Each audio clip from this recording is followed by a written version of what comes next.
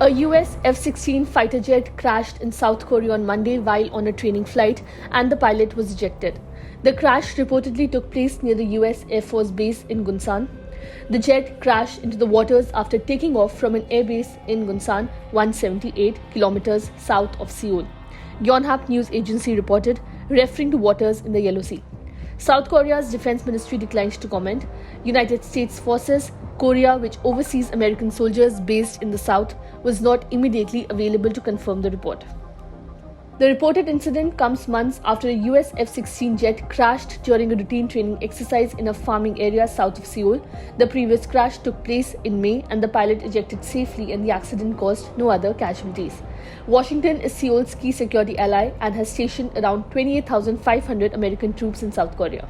In neighboring Japan, the US military announced last week that it was grounding its fleet of V-22 Osprey tilt-rotor aircraft following a deadly crash that killed 8 US airmen.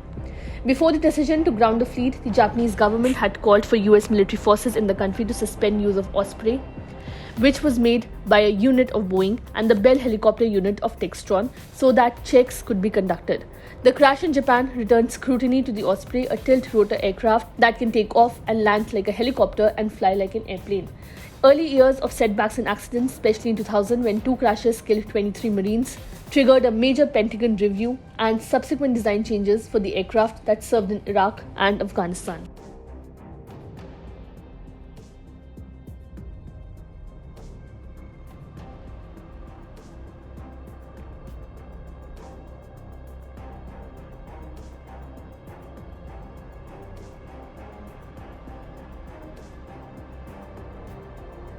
Subscribe to One India channel and never miss an update.